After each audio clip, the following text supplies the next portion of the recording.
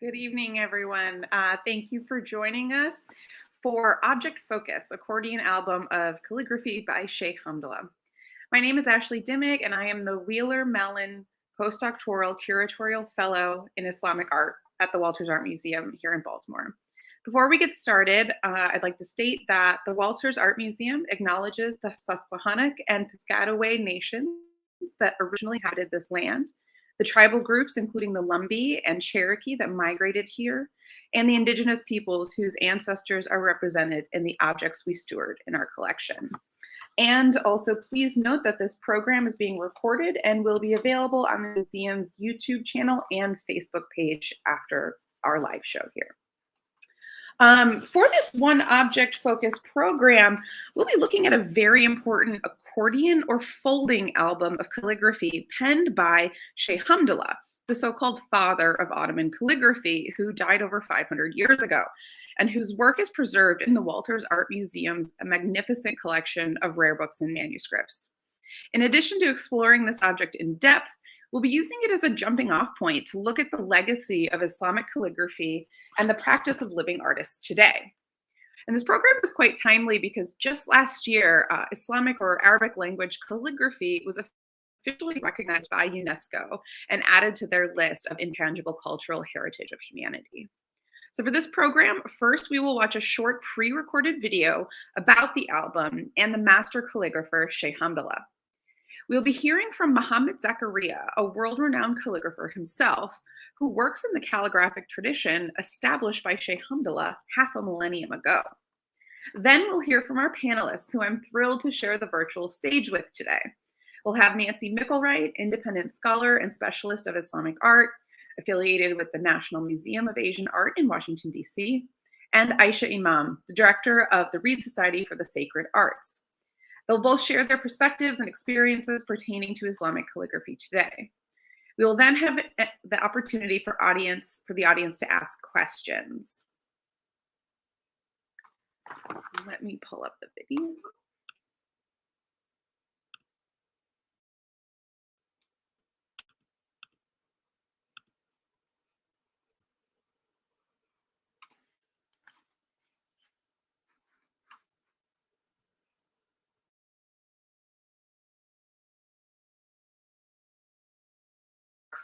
Speak about Şeyh Hamdullah, the so-called father of Ottoman calligraphy, who died over 500 years ago.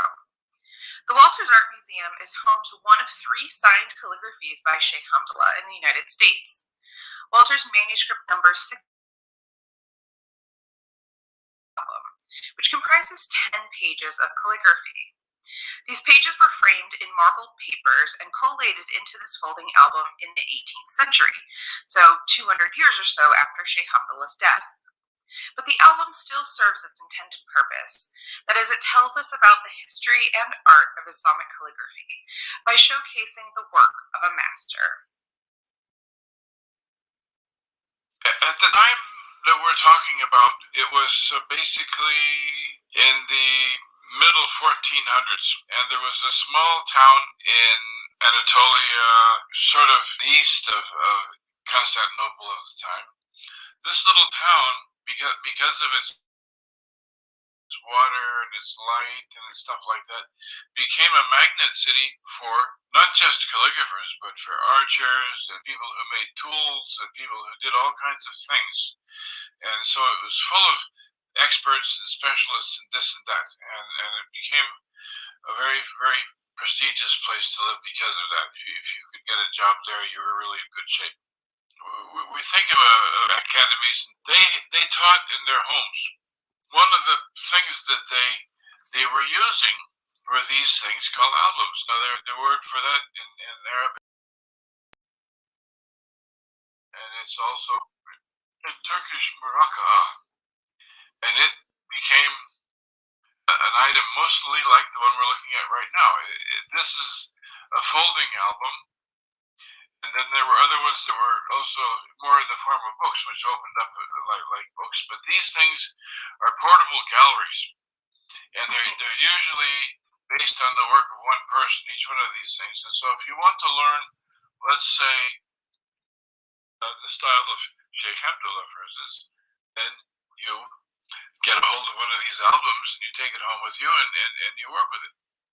To start off, we call him Şeyh Hamdullah, and his father was a Sufi sheikh, and we think, well, he was of that kind, but it wasn't. He was actually the sheikh, or director in a sense, of the archery guild.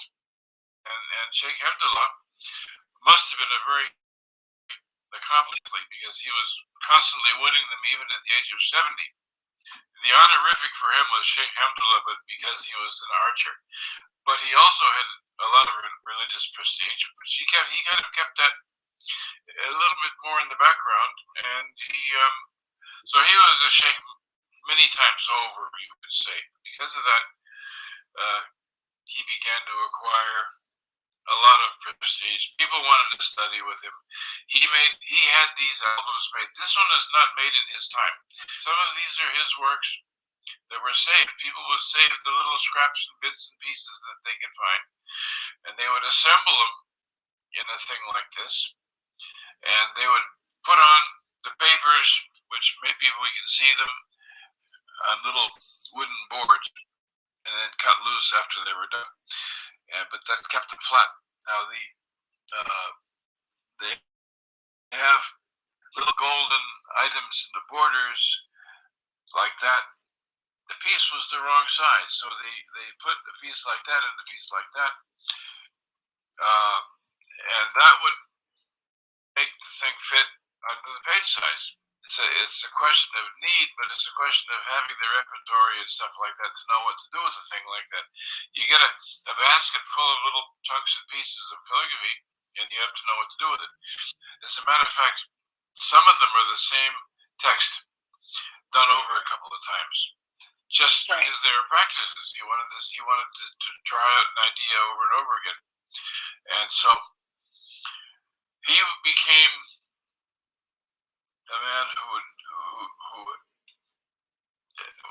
had perfected the calligraphies that came to him. The ones that came to him under the highest advice were ones from Iraq, a calligrapher named Yaqut al-Mustasimi, and he was a man who died in the late 1200s. He was a state calligrapher, apparently lived to be quite old. And he was the one that everybody would go to. He was the Sheikh Hamdullah of his age. And we have examples of his work. And so the Sheikh here had, at a later date in his life, when he began to move into Constantinople, he was advised that he should take some of the calligraphy of Yaqut al-Mustasimi and make them the basis of a new form of calligraphy. In other words, for the script of Nesik, especially, and maybe, or Nesik as people call it, I like to use the Turkish form Nesik, and he would take that, and he would also use the Solos version of script, which are these heavier ones, and he would put these into a process of refinement based on what he would see from the works of Yaqut. And so Yaqut did this, now I will change this, I will work on that, and he would study them for long periods of time. At one point, they say, he went into a 40-day seclusion, which is what many of the religious people would do, of the sheikhs. And they would isolate themselves from all human contact for 40 days and study something, or do recitations and things of that kind. But the fact was, he spent 40 days with the maraca, something like this probably, of Yaqut al-Mustasimi, 40 days with it, day in, day out, by candlelight, by moonlight, by daylight, fully understanding it, and he made it into something new. The interesting thing is that he took the script that he was most interested in. It's a script called Nesik. It's what we often use for book printing and any kind of a publication with small print. And so he took the version of that, as we were saying, from Yakut Mosasmi's version, which is very delicate and kind of weak looking. If I look at it, I said it doesn't have any muscle to it. And so when you look at what Şeyh Hamdullah had done with it, he had transformed it into a very, I would say, athletic version of the script. It had a lot of power to it. It had visual power. It had motion. It had dark qualities that made it stand out very good. When you look at the Yakut versions of things, it was kind of spindly and weak looking compared to his. His had power and muscle. So his work became known, and he had a number of students. A number of them are his own sons, Mustafa Dede among them, and he had a good number of students. In his life, he copied 47 copies of the Quran, and he also copied a number of books, which I'll read off to you. He did the An'am-i Sharif many times, which is a selection of short Quranic surahs. He did the sections of the Quran for people who wanted to have a part of it. He did books concerning recitations that one would do in a mosque. He did little pieces like we were looking at in the pictures of the album. Those little pieces, when they're separated from the album itself, are called ketas, which means a piece. And they were, sometimes they would be done and saved as individual pieces of calligraphy.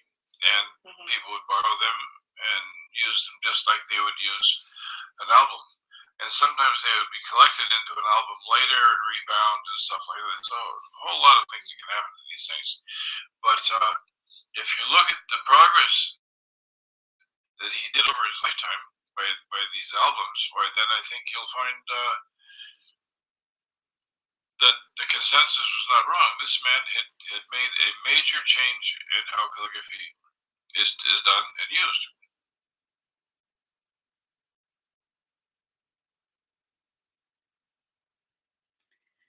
I know for me, it was a real pleasure to talk with Mohamad about this album and to hear from somebody who could really bring it to life in a way to show sort of how these objects have lives of their own and how they interact with practicing artists. And so that will kind of bring us to the next section of the program, which brings to life Mohamad's work, but also just Islamic calligraphy in the 20th and 21st centuries. So with that, I will turn it over to Nancy Micklewright, who will share with us her own expertise and experience related to Islamic calligraphy and Mohammed Zakaria himself. Thank you, Nancy. Thank you. I'd like to start by thanking Ashley Dimmig, Paloma Feliciano, and Sydney Adamson, and everyone else at the Walters who's made this program happen. It's a great honor to be in such distinguished company and to look together at a spectacular treasure in the Walters collection.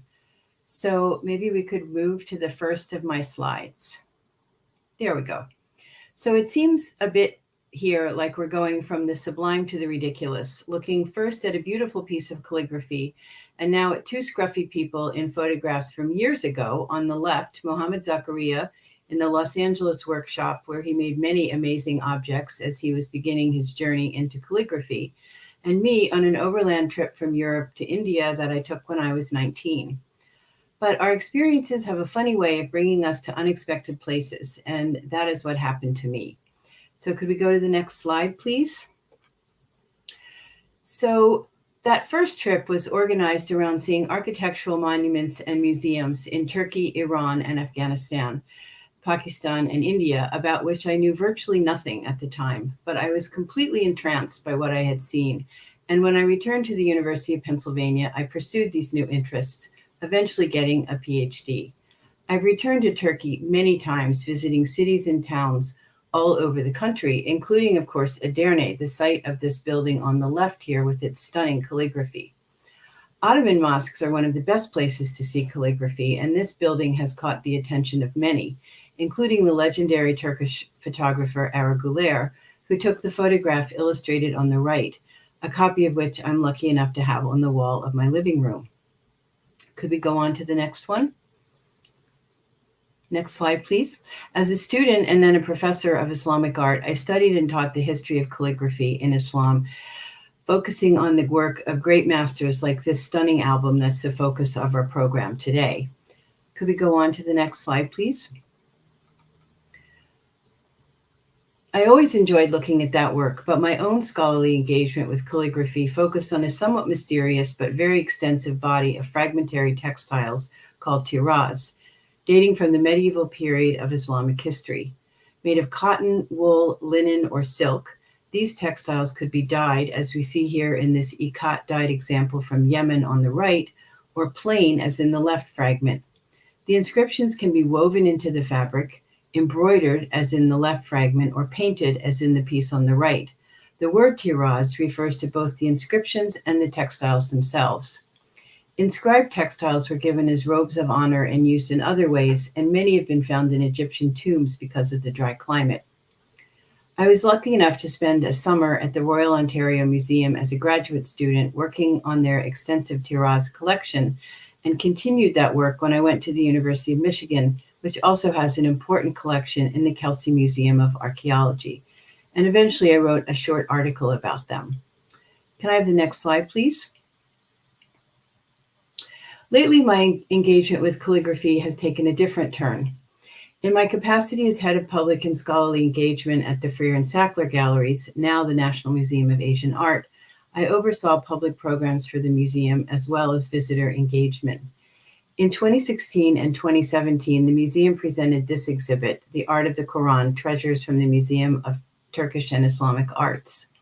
It was the first time that there'd been an exhibition devoted to the Quran in the United States, and the majority of the work was coming from the Museum of Turkish and Islamic Arts in Istanbul. Museums often say that their exhibitions are once-in-a-lifetime opportunities, but this time it was definitely true. Since that was the case, we wanted as many people as we could possibly manage to see the show. We also knew that we would need to approach our various audiences in targeted ways. For Muslim communities, the challenge was to get the word out and make sure they knew that they were welcome in the museum. For others, it was to do some explaining about the Quran and the power and beauty of calligraphy. Apart from numbers of visitors, we also wanted to make sure that the exhibition material was presented in such a way that it was meaningful to all of our audiences. Scholars or not, Muslims or not, Arabic readers or not. And then because of the potentially sensitive material of the exhibition, we worked with a group of local advisors, both from the Muslim communities and the larger interfaith community in the region. They were incredibly helpful in a variety of ways, and I don't think the project would have been as successful as it was without their involvement. Can I have the next slide, please? So, how did we achieve our goals for the exhibition? We did extensive testing of exhibition concepts and labels with random passersby on the mall to make sure our ideas made sense to non-specialists. The exhibition design and content created by the curators, designers, and our team allowed for different modes of learning and engagement, such as the coloring pages that the children are working on at a table in one of the galleries, which also turned out to be very popular among adults as well.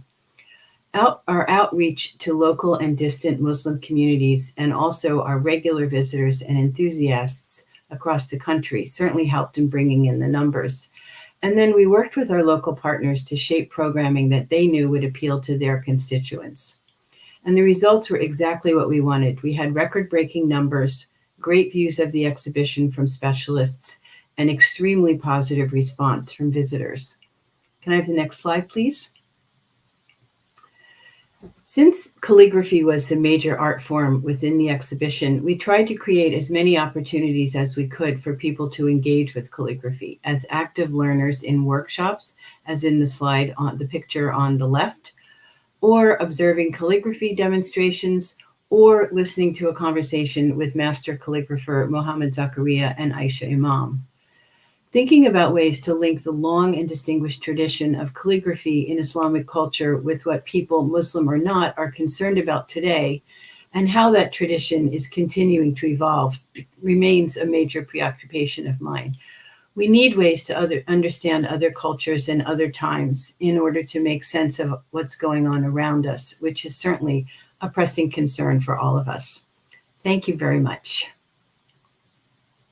Thank you so much, Nancy. It's lovely to hear more about your trajectory, because certainly parallels my own, as you know, in that experiencing calligraphy and Islamic art and architecture in situ, especially in Turkey, and now in museum context, trying to make calligraphy and Islamic art more broadly engaging to everybody, especially in the DMV area. So thank you for that. And with that, I'll turn it over then to Aisha Imam, who will illuminate the living tradition of Islamic calligraphy in this very area.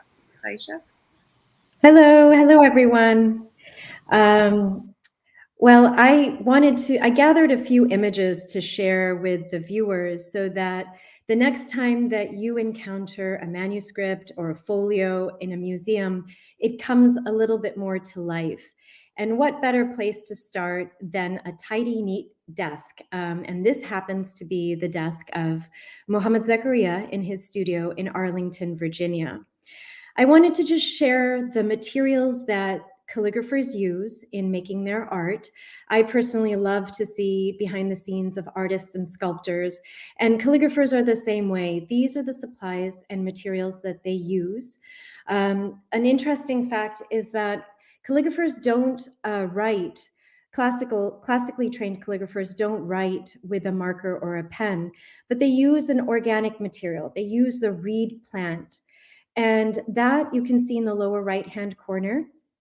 It's a dark stick, it's tubular, and you use a knife to basically fashion a nib. And you can see, bottles of ink. You can see a big bottle of rose water with the black cap, an array of knives, and a burnisher that Mohammed Zakaria fashioned himself. One of the things that is remarkable about Mohammed Zakaria is if one were to acquire a piece by him, he makes everything from start to finish. It is a work of love, but a beautiful object of great handicraft. In the next slide, I wanted to share with the viewers how the instruction takes place. So this image to me is symbolic and very, very common. Every student, whether they're a beginning student or they're a master calligrapher of 50 years, will have many images of themselves in my seat next to their teacher, even if they are teaching themselves.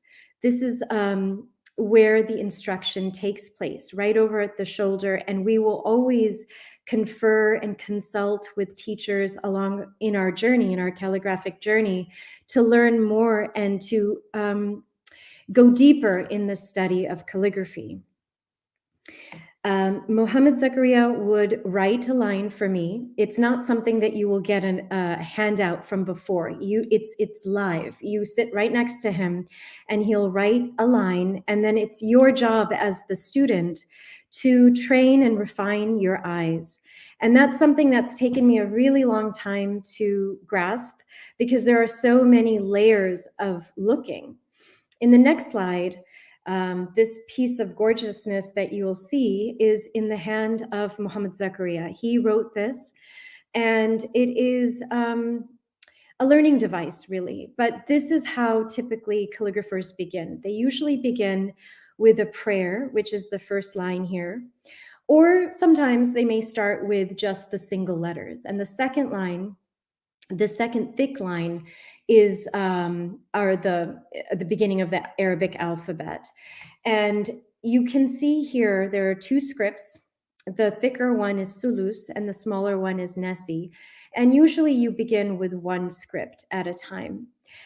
You start with the first line, which is a prayer, which roughly translates to, "Oh my Lord, make this task easy for me and not hard.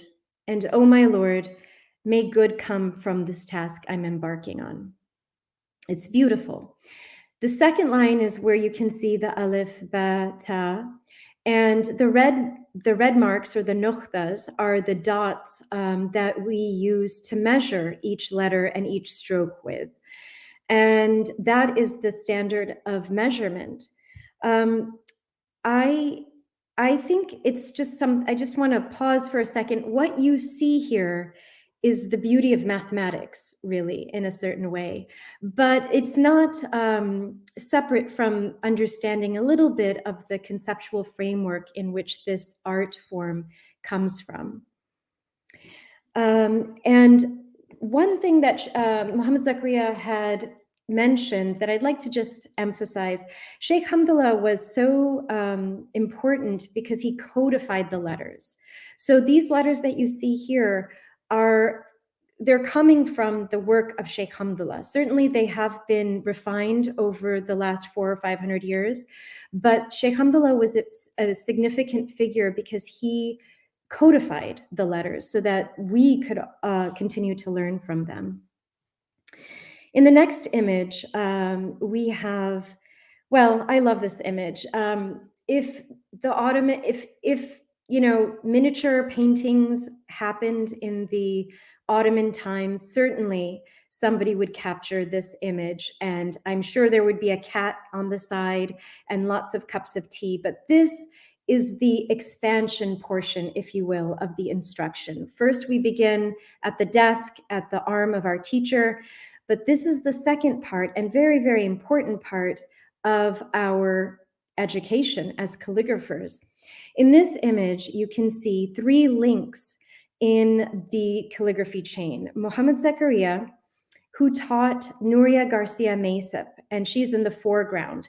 And I have to say, she is a leading calligrapher in the world of calligraphy today. She's based in Paris, and she has a circle of her own students. One of her students was this gentleman next to Mohammed Zakaria, Khalid Casado, who is now a master calligrapher. And he resides in Madrid and teaches his own circle of students in Madrid and Barcelona. So these are 3 teachers coming together as we come together with Mohammed Zakaria reasonably regularly, weekly, and we pore over sacred texts, we pore through books, we pore through catalogs. In these sort of gatherings, somebody will talk about a poem that they are inspired by. Somebody will mention a hadith or a Quranic ayah that they're working on. You will look over other pieces of works by calligraphers, and you will discuss it with your peers and with the teacher.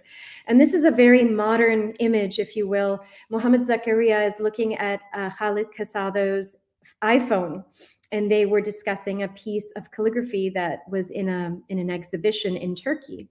But this, to me, is very beautiful and a very essential part of our education. And I wanted to end on the last slide, which shows our community.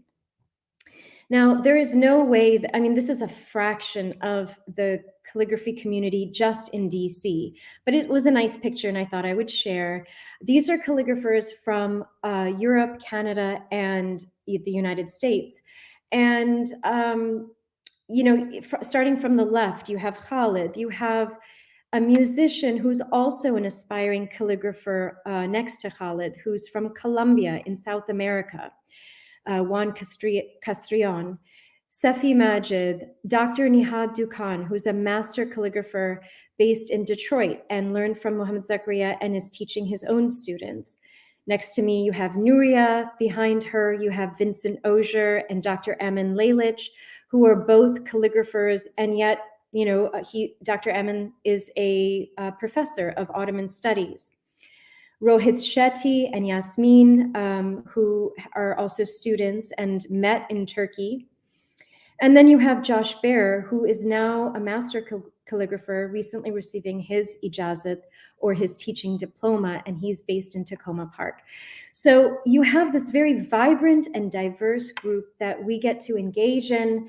And I have to tell you, anytime I see a social setting that's too homogenous, I have to bounce, because I am used to these kinds of gatherings, and it's frankly where I feel the most alive and the most happy.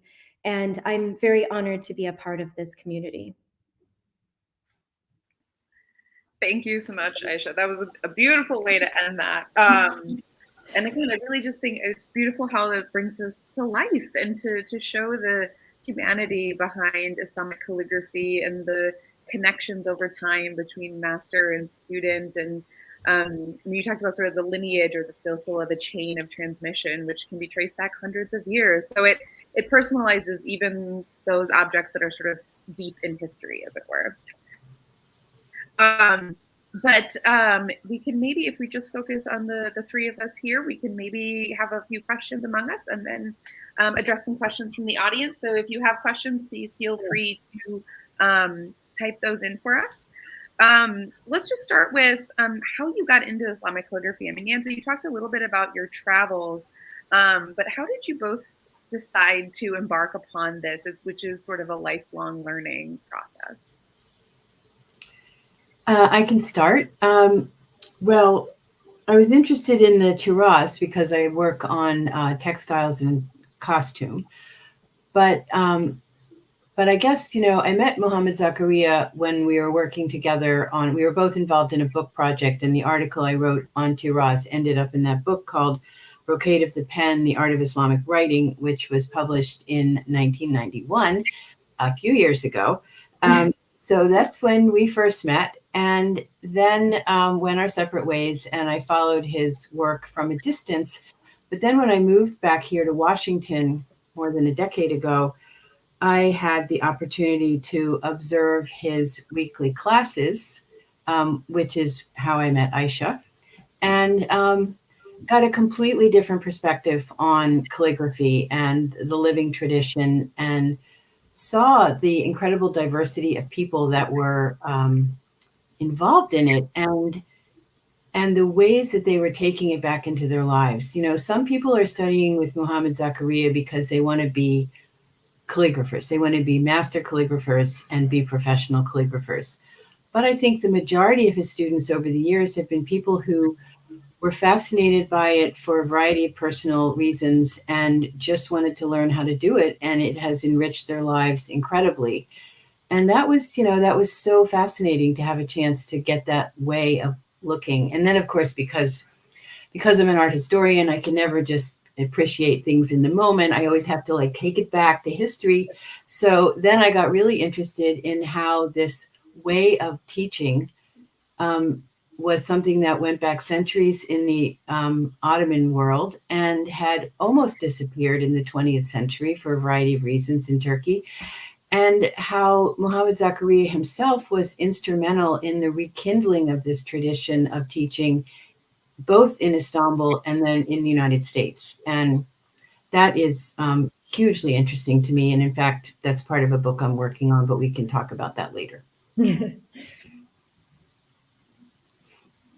So for me, I grew up with calligraphy all around. I grew up as a Muslim, so that is always something that adorns our walls. But I do remember being a young girl and seeing Mohammed Zakaria and one of his oldest students, or actually his oldest student, Aisha Holland, come to our local masjid and share their works. And I was seriously 10 or something. So I've known about him for a very long time. We moved out here.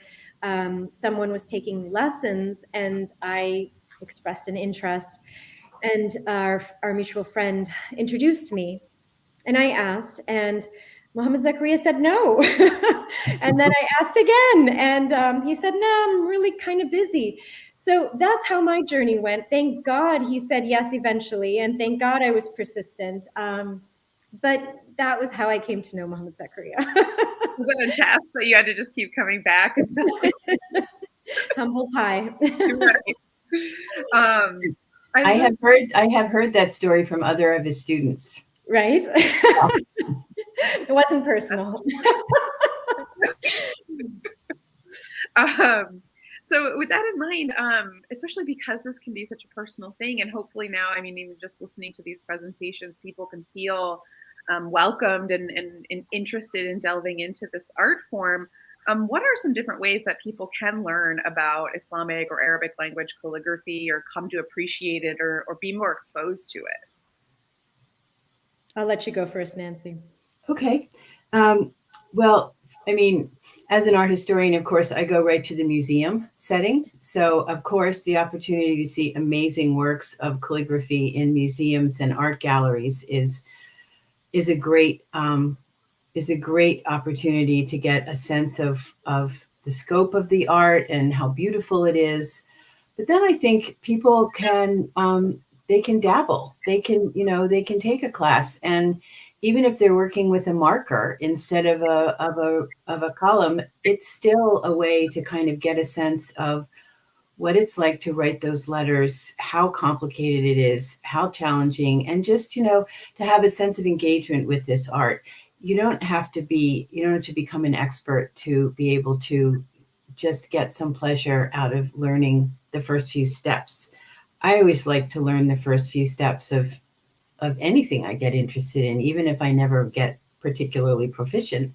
It's always fun. And then, of course, there's all kinds of online opportunities. And here, I think I'll let Aisha take the stage because she has great things to say about that.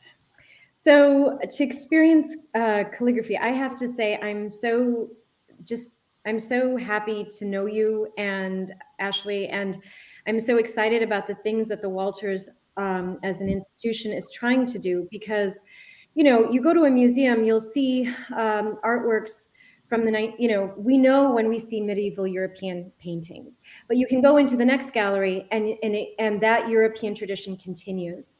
And it doesn't end. This Islamic art tradition doesn't end in the 19th century with Şeyh Hamdullah 500 years ago, right?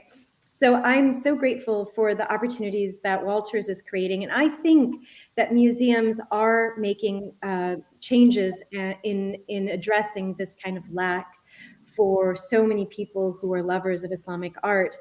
As the director of Reed Society, we do a lot of events and we create a lot of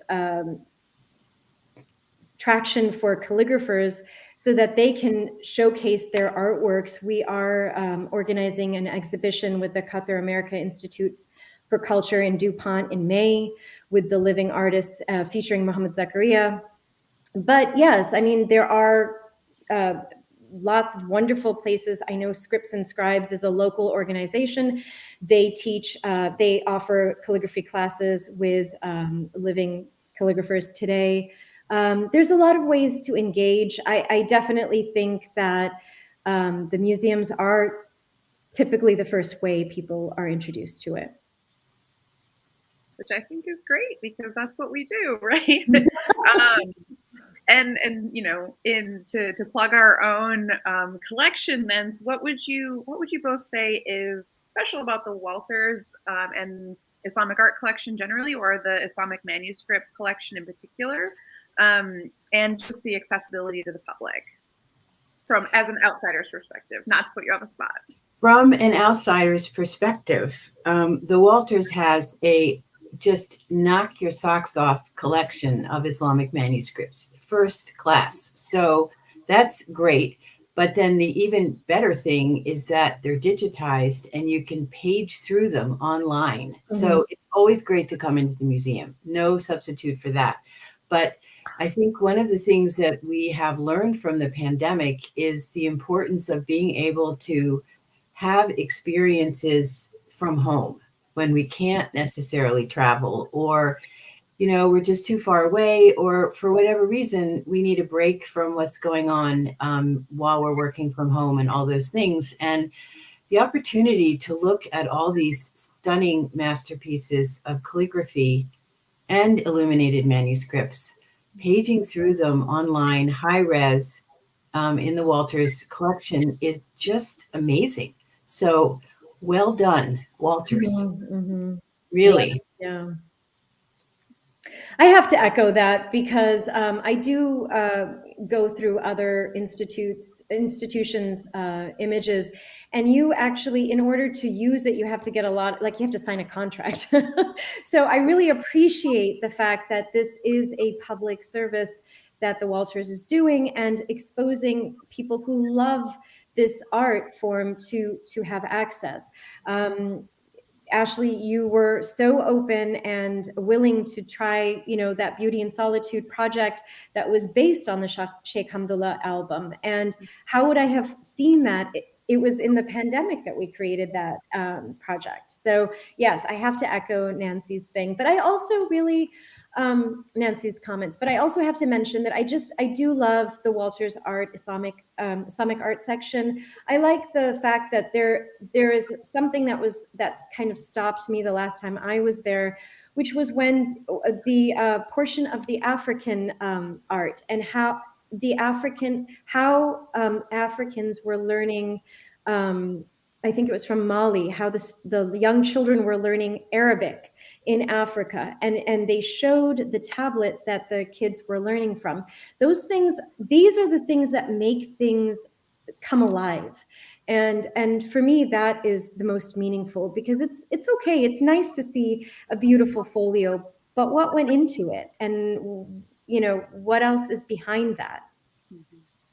Yeah, I thank you for bringing that up. I mean, I think with programs like this, with galleries as we're reconceiving them and bringing the collections to light and making them as accessible as possible, that's the point, right? Is to connect on a human level through art, right? And I think especially that board and the Şeyh Hamdullah album and sort of the living legacy of Mohammed is about learning, right? And it's also about, as I think you had said at a point, Aisha, the humbleness, the humility of sort of taking on a new task and learning, and there's something to be enjoyed in that regardless. So I know that, just in the world, a lot of people are trying to take on new projects and like learn new things, and you can enjoy art without having to be a master or an expert. You can just do it to love it and enjoy it, and our collection is accessible as inspiration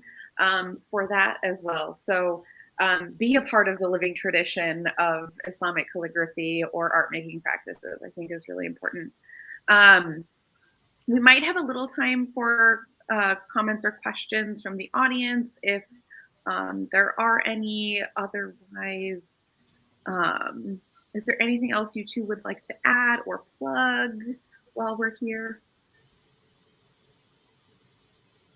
Well, I could talk about this great book that I'm working on that is going to come out in 2022. It's called Mohammed Zakaria, a 21st Century Master Calligrapher. And it focuses on him.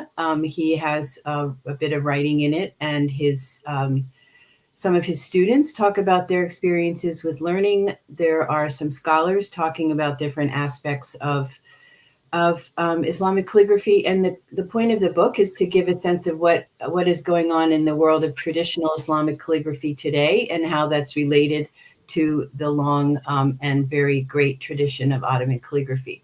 So it's a really fun project. I think the images are completely amazing. It's going to be beautiful. I can say that because I'm not designing it. And, they aren't necessarily my images, but I think it's going to be a really fun book and a great way to learn more about Islamic calligraphy and Mohamad Zakariya. And maybe the Walters would like to carry it in the shop when it comes out. There we go.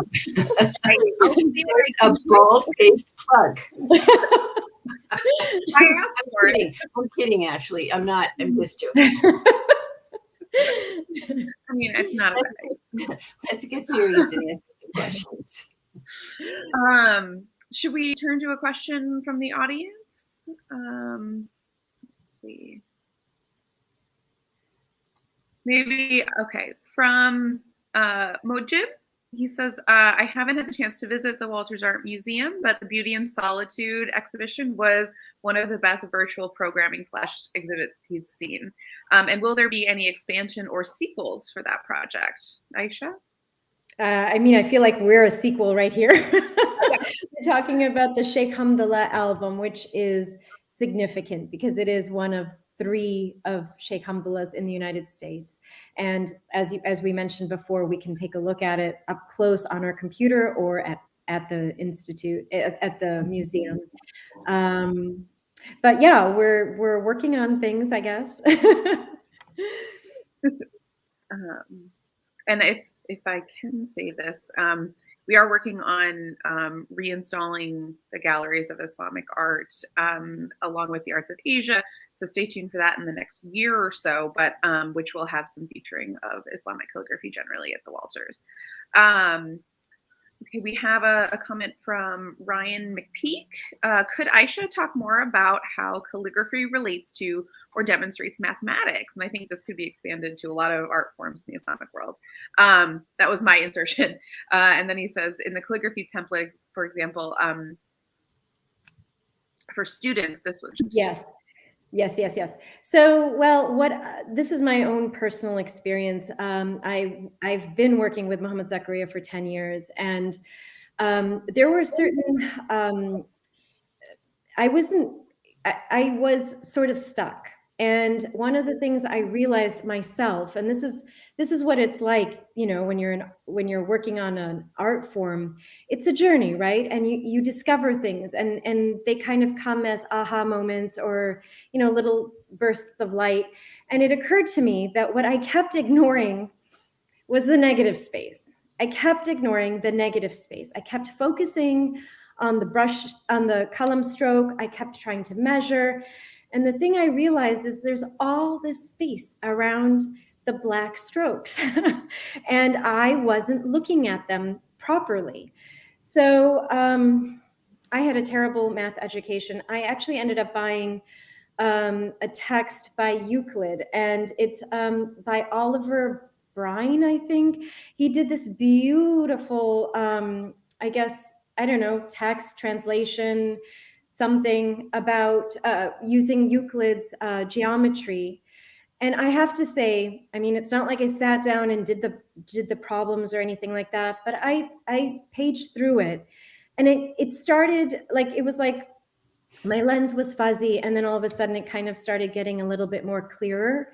And that's how I became aware of how much mathematics plays a part in this art form, and maybe just in how we see things, how we perceive things. But like I said, I didn't have a very good mathematical education, and maybe I'm making up for it. But that is my discovery, if you will.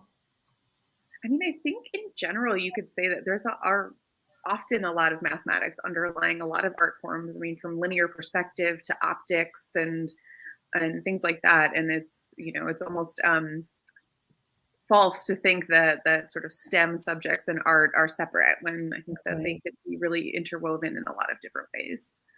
I don't know if you have anything to add to that, Nancy. Or there's another question here that I don't know the answer to, which is to say, from Miriam Loden, where can people see Mohammed Zakaria's works? That's a great question. I'm really hoping that we will get to see his works in museums very soon. But in the meantime, Reed Society, along with Qatar American Institute, is curating an exhibition of Mohammed Zakaria's works with his works that people have collected over the years. And it's a very good collection. It kind of gives you a little bit of insight to his journey as a calligrapher over the last 30, 40 years.